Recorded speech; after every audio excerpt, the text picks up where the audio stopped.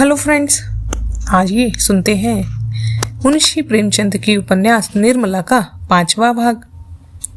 निर्मला का विवाह हो गया, ससुराल आ गई। वकील साहब का नाम था मुंशी तोताराम। सांवले रंग के मोटे ताजे आदमी थे। उम्र तो अभी ज्यादा न थी, पर वकालत के कठिन परिश्रम से सिल्क के बाल पका दिए थे। व्यायाम करने का उन्हें अवकाश न मिलता था। वहां तक कि कभी कहीं घूमने भी न जाते, इसलिए तोंद निकल आई थी। देह के स्तून होने हुए आए दिन कोई न कोई शिकायत रहती थी। मंदाकिनी और बवासीर से तो उनका चिरस्थायी संबंध था, अतः वह फूंक फूंक कर कदम रखते थे। उनके 3 लड़के थे। बड़ा मनसाराम 16 वर्ष का था, मंझला जियाराम 12 वर्ष का था और सियाराम 7 वर्ष का। तीनों अंग्रेजी पढ़ते थे। घर में वकील साहब की विधवा बहन के सिवा और कोई औरत न थी, वहीं घर की मालकिन थी। उनका नाम था रुक्मिणी और अवस्था 50 के ऊपर थी। ससुराल में कोई न था, स्थायी रीति से यहीं रहती थी। तोताराम दंपति विज्ञान में कुशल थे। निर्मला के प्रसन्न रखने के लिए उनमें जो स्वाभाविक कमी थी उसे वह उपहारों से पूरा करना चाहते थे। यद्यपि वह बहु ही मितव्ययी पुरुष थे, पर निर्मला के लिए कोई न कोई तोहफे रोज लाया करते थे। मौके पर धन की परवाह न करते थे। लड़के के लिए थोड़ा दूध आता था, पर निर्मला के लिए मेवे, मुरब्बे, मिठाइयाँ, किसी चीज की कमी न थी। अपनी जिंदगी में कभी सैर तमाशे देखने न गए थे, पर अब छुट्टियों में निर्मला को सिनेमा, सर्कस दिखाने ले जाते थे।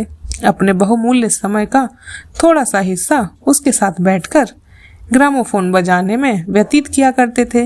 लेकिन निर्मला को न जाने क्यों तोताराम के पास बैठने और हंसने बोलने में संकोच होता था। इसका कदाचित यह कारण था कि वह अब तक ऐसा ही एक आदमी उसका पिता था, जिसके सामने वह सिर झुकाकर देह चुरा कर निकलती थी। अब उनकी अवस्था का एक आदमी उसका पति था। वह उसे प्रेम की वस्तु नहीं, सम्मान की वस्तु समझती थी। उनसे भागती फिरती, उनको देखते ही उसकी प्रफुल्लता पलायन कर दी जाती थी। वकील साहब को दाम्पत्य विज्ञान न सिखाया था। ये युवती के सामने खूब प्रेम की बातें करनी चाहिए, तिल निकाल कर रख देना चाहिए, यही उसके वशीकरण का मुख्य मंत्र है। इसलिए वकील साहब अपने प्रेम प्रदर्शन में कोई कसर न रखते थे। लेकिन निर्मला को इन बातों से घृणा होती थी। वही बातें जिन्हें किसी युवक के मुंह से सुनकर उनका हृदय प्रेम से उन्मुक्त हो जाता था, वकील साहब के मुंह से निकलकर उसके हृदय पर सर के समान आघात करती थी। उनमें रस न था, उल्लास न था, उन्माद न था, हृदय न था, केवल बनावट थी।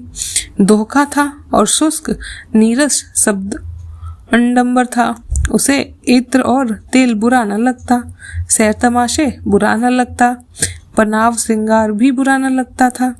बुरा लगता था तो केवल तोताराम के पास बैठना। वह अपना रूप और यौवन उन्हें न दिखाना चाहती थी, क्योंकि वह देखने वाली आंखें न थीं। वह उन्हें इन रसों का आस्वादन लेने योग्य न समझती थी। कली प्रभात समीर ही के स्पर्श से खिलती है। दोनों में समान सारस्य है। निर्मला के लिए वह प्रभात समीर कहाँ था।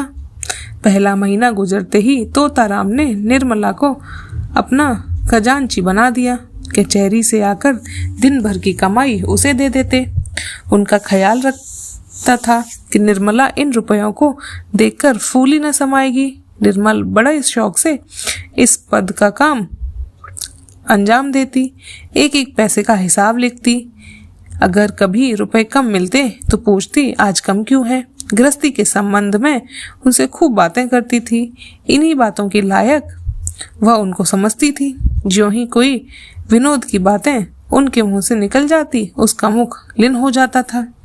निर्मला जब वस्त्राभूषणों से अलंकृत होकर आईने के सामने खड़ी होती थी तो उनमें अपने सौंदर्य की सुषमापूर्ण आभा देखती तो उसका हृदय एक संतृष्ण कामना से तड़प उठता। उस वक्त उसके हृदय में एक ज्वाला सी उठती। मन में आता, इस घर में आग लगा दूं।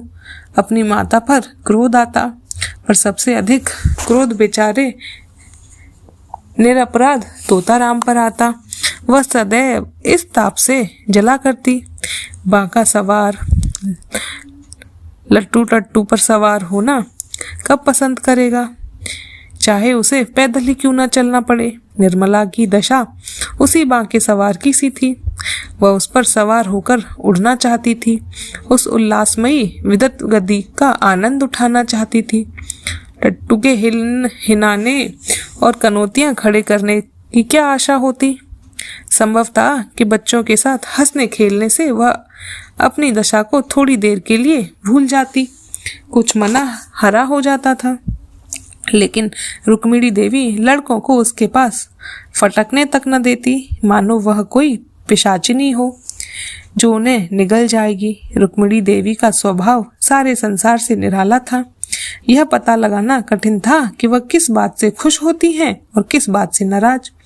एक बार जिस बात से खुश हो जाती, दूसरी बार उसी बात से जल जाती थी। अगर निर्मला अपने कमरे में बैठी रहती तो कहती, न जाने कहाँ की मनहूसियन है। अगर वह कोठे पर चढ़ जाती या महरियों से बातें करने लगती तो छाती पीटने लगती। न लाज है न शर्म है, निगोड़ी ने हया भून खाई। अब क्या कुछ दिनों में बाजार में नाचेगी। जब से वकील साहब ने निर्मला के हाथ में रुपए पैसे देने शुरू किए, रुक्मिणी उसकी आलोचना करने पर आरूढ़ हो गई। उन्हें मालूम होता था कि अब प्रलय होने में बहुत थोड़ी कसर रह गई है। लड़कों को बार बार पैसों की जरूरत पड़ती। जब तक खुद स्वामिनी थी तो उन्हें बहला दिया करती थी, अब सीधे निर्मला के पास भेज देती। निर्मला को लड़कों के चटोरपन अच्छे न लगते थे, कभी कभी पैसे देने से इनकार कर देती। रुक्मिणी को अपना बागवान सर करने का अवसर मिल जाता। अब तो मालकिन हुई है, लड़के काहे को जिएंगे। बिन माँ के बच्चों को कौन पूछेगा।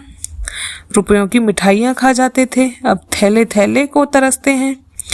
निर्मला अगर चिढ़कर किसी दिन बिना कुछ पूछे ताछे पैसे दे देती तो देवी जी उसकी दूसरी ही आलोचना करती। इन्हें क्या, लड़के मरे या जिए, इनकी बला से। माँ के बिना कौन समझाए कि बेटा बहुत मिठाइयाँ मत खाओ, आई गई तो मेरे सिर जाएगी। इन्हें क्या। यहीं तक होता तो निर्मला शायद जब्त कर जाती, पर देवी जी तो खुफिया पुलिस से सिपाही की भांति निर्मला का पीछा करती रहती। अगर वह कोठे पर खड़ी है तो अवश्य ही किसी पर निगाहें डाल रही होगी। महरी से बातें करती तो अवश्य ही उनकी निंदा करती होगी। बाजार से कुछ मंगवाती तो अवश्य कोई विलास वस्तु होगी। यह बराबर उसके पत्र पढ़ने की चेष्टा किया करती। छिप छिप कर बातें सुनती। निर्मला उनकी दोहरी तलवार से कांपती रहती, यहाँ तक कि उसने एक दिन पति से कहा कि आप जरा जीजी को समझा दीजिए, क्यों मेरे पीछे पड़ रहती हैं। तोताराम ने तेज होकर कहा, तुम्हें कुछ कहा है क्या? रोज ही कहती हैं, बात मुंह से निकालना मुश्किल है। अगर उन्हें इस बात की जलन हो कि यह मालकिन क्यों बन गई तो आप उन्हीं को रुपए दीजिए, मुझे नहीं चाहिए। यही मालकिन बनी रहे। मैं तो केवल इतना चाहती हूँ कि कोई मुझे ताने महीने न दिए जाएं। यह कहते कहते निर्मला की आंखों में आंसू बहने लगे। तोताराम को अपना प्रेम दिखाने का यह बहुत ही अच्छा मौका मिला। बोले, मैं आज ही उनकी खबर लूँगा, साफ कह दूंगा, मुंह बंद करके रहना है तो रहो, नहीं तो अपनी राह लो। इस घर की स्वामिनी वह नहीं है, तुम हो। वह केवल तुम्हारी सहायता के लिए है। अगर सहायता करने के बदले तुम्हें दुख करती हैं तो उनके यहाँ रहने की ज़रूरत नहीं। मैंने सोचा था कि विधवा हैं, अनाथ हैं, पाव भर आटा खाएंगी, पड़ी रहेंगी। जब और नौकर चाकर खा रहे हैं तो वह अपनी बहन ही है। लड़कों की देखभाल के लिए एक औरत की ज़रूरत भी थी तो रख लिया, लेकिन इसके यह माने नहीं कि वह तुम्हारे ऊपर शासन करेंगी। निर्मला ने फिर कहा, लड़कों को सिखा देती हैं कि जाकर माँ से पैसे मांगे। कभी कुछ कहती हैं, कभी कुछ। लड़के आकर मेरी जान खाते हैं। घड़ी भर लेटना मुश्किल हो जाता है। डांटती हूँ तो आंखें लाल पीली करके दौड़ती हैं। मुझे समझती हैं कि लड़कों को देखकर जलती है। ईश्वर जानते होंगे कि मैं बच्चों को कितना प्यार करती हूँ। आखिर मेरे ही तो बच्चे हैं, मुझे उनसे क्यों जलन होगी। तोता रात तो क्रोध से कांप उठे। बोले, तुम्हें जो लड़का दिख करे उसे पीट दिया करो। मैं भी देखता हूँ कि लौंडे शरीर हो गए हैं। पंसाराम को तो बोर्डिंग हाउस में भेज दूंगा, बाकी दोनों को तो आज ही ठीक किए देता हूँ। उस वक्त तोताराम कचहरी जा रहे थे। डांट झपट करने का मौका न था, लेकिन कचहरी से लौटते ही उन्होंने घर में रुक्मिणी से कहा, क्यों बहन, तुम्हें इस घर में रहना है कि नहीं? अगर रहना है तो शांत होकर रहो। यह क्या है कि दूसरों को रहना मुश्किल कर दो। रुक्मिणी समझ गई कि बहू ने अपना वार किया, पर वह दबने वाली औरत न थी। एक तो उम्र में बड़ी और इस घर में सेवा में जिंदगी काट दी थी। किसी मजाल थी कि उन्हें बेदखल कर दे। उन्हें भाई की इस क्षुद्रता पर आश्चर्य हुआ। बोली, तो अगर तुम्हारी यह इच्छा है कि घर में कोई आग लगा दे और मैं खड़ी होकर देखूं, किसी को बेराह चलते देखूं तो चुप साध लूं, जो जिनके मन में आए करे, मैं मिट्टी की देवी बनी रहूं, तो यह मुझसे नहीं होगा। यह क्या हुआ जो तुम इतना आपे से बाहर हो रहे हो? निकल गई सारी बुद्धिमानी। कल ही इसकी चोटी पकड़कर नाचाने लगी। कुछ पूछना न ताचना, बस उन पर तार खींचा और तुम काठ के सिपाही की तरह तलवार निकाल कर खड़े हो गए। तो सुनता हूँ कि तुम हमेशा कुचर निकालती रहती हो, बात बात पर ताने देती हो। अगर कुछ सीख देनी है तो उसे प्यार से, मीठे शब्दों से देनी चाहिए। ताने तो सीख मिलने के बदले उल्टा और जी जलाने लगते हैं। रुक्मिणी, तो तुम्हारी मर्जी यह है कि सी से बात में न बोलूं, यही सही। किन फिर यह न कहना कि तुम घर में बैठी थी, क्यों नहीं सलाह दी? जब मेरी बातें जहर लगती हैं तो मुझे क्या कुत्ते ने काटा है जो बोलूं? मसल है नाटो खेती बहुरियों घर, मैं भी देखूं बहुरियां कैसे घर चलाती है। इतने में शियाराम और जियाराम स्कूल से आ गए। आते ही दोनों बुआ जी के पास जाकर खाना मांगने लगे। रुक्मिणी ने कहा, जाकर अपनी नई अम्मा से क्यों नहीं मांगते? मुझे बोलने का हुक्म नहीं है। तोता, अगर तुम लोगों ने उस घर में कदम रखा तो टांग तोड़ दूंगा। बदमाशी का कमर बांधी है। जियाराम जरा शौक था, बोला, उनको तो आप कुछ नहीं कहते, हम इनको धमकाते हैं, कभी पैसे नहीं देती। सियाराम ने इस कथन का अनुमोदन किया। कहती हैं, मुझे टिक करोगे तो कान काट लूंगी। कहती हैं कि नहीं जिया। निर्मला अपने कमरे से बोली, मैंने कब कहा था कि कान काट लूंगी? अभी से झूठ बोलने लगे। इतना सुनता था कि तोताराम ने सियाराम के दोनों कान पकड़कर उठा लिया। लड़का जोर से चीख मारकर रोने लगा। रुक्मिणी ने दौड़कर बच्चों को मुंशी के हाथ से छुड़ा लिया और बोली, बस रहने भी दो, क्या बच्चों को मार डालोगे? हाय हाय, कान लाल हो गया। सच कहा है, नई बीवी पाकर आदमी अंधा हो जाता है। अभी से यह हाल है तो इस घर के भगवान ही मालिक है। निर्मला अपनी विजय पर मन ही मन प्रसन्न हो रही थी, लेकिन जब मुंशी जी ने बच्चों का कान पकड़ कर उठा लिया तो उससे न रहा गया। छुड़ाने के लिए दौड़ी, पर रुक्मिणी पहले ही पहुंच गई थी। बोली, पहले आग लगा दी, अब बुझाने दौड़ी है। जब अपने लड़के होंगे तब आंखें खुलेंगी, पराई पीर क्या जाने। निर्मला खड़े तो हैं, पूछ लो ना, मैंने क्या आग लगा दी? मैंने इतना ही कहा था कि लड़के मुझे पैसे के लिए बार बार दिक करते हैं। इसके सिवाय जो मेरे मुंह से कुछ निकला हो तो मेरी आंखें फूट जाएं। तोता, मैं खुद इनकी शरारत देखता हूँ, अंधा थोड़े हूँ। तीनों जिद्दी और शरीर हो गए हैं। बड़े मियाँ को तो आज ही हॉस्टल भेजता हूँ। रुक्मिणी, अब तक तुम्हें इनकी कोई शरारत न सूझी थी, आज आंखें क्यों इतनी तेज हो गईं? तोताराम, तुम ही न इन्हें इतना शोक कर रखा है। रुक्मिणी, तो मैं ही विष्ट की गांठ हूँ, मैं ही कारण तुम्हारा घर चौपट हो रहा है। लो मैं जाती हूँ, तुम्हारे लड़के हैं, मारो चाहे काटो, न बोलूंगी। यह कहकर वह वहां से चली गई। निर्मला बच्चों को रोते देख बेहल हो उठी। उसने उसे छाती से लगा लिया और गोद में ले हुए अपने कमरे में लाकर उसे चुमकारने लगी, लेकिन बालक और सिसक कर रोने लगा। उसका अबोध हृदय इस प्यार में वो मात्र स्नेह न पाता था जिसे देव ने उसे वंचित कर दिया था। यह वात्सल्य न था, केवल दया थी। यह वह वस्तु थी जिस पर उसका कोई अधिकार न था, जो केवल भिक्षा के रूप में उसे दी जा रही थी।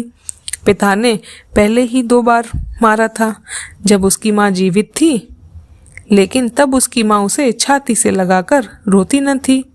वह अप्रसन्न होकर उससे बोलना छोड़ देती थी, यहाँ तक कि वह स्वयं थोड़ी ही देर के बाद कुछ भूल फिरकर माता के पास दौड़ जाता था। शरारत के लिए सजा पाना तो उसकी समझ में आता था, लेकिन मार खाने पर चुमकारा जाना उसकी समझ में न आता था। मातृ प्रेम में कठोरता होती थी, लेकिन मृदुलता से मिली हुई। इस प्रेम में करुणा थी, पर वह कठोरता न थी, जो आत्मीयता का गुप्त संदेश है। स्वस्थ अंग की परवाह कौन करता है, लेकिन वही अंग जब किसी वेदना से टपकने लगता है तो उसे ठेस और धक्के से बचाने का यत्न किया जाता था। निर्मला का करुण रोदन बालक को उसके अनाथ होने की सूचना दे रहा था। वह थोड़ी देर तक निर्मला की गोद में बैठा रोता रहा और रोते रोते सो गया। निर्मला ने उसे चारपाई पर सुलाना चाहा तो बालक ने सुपुस्वस्था में अपनी दोनों कोमल बाहें उसकी गर्दन में डाल दी और ऐसे लिपट गया मानो नीचे कोई गड्ढा हो। शंका और भय से उसका मुख विकृत हो उठा। निर्मला ने फिर बालक को गोद में उठा लिया। चारपाई पर न सुला सकी। इस समय बालक को गोद में लिए हुए वह तृप्ति हो रही थी जो अभी तक कभी न हुई थी। आज पहली बार उसे आत्मवेदना हुई जिसके न आंखें न खुलती। अपना कर्तव्य मार्ग नहीं समझता, वह मार्ग अब दिखाई देने लगा। यह था निर्मला का 5वां भाग। Thank you.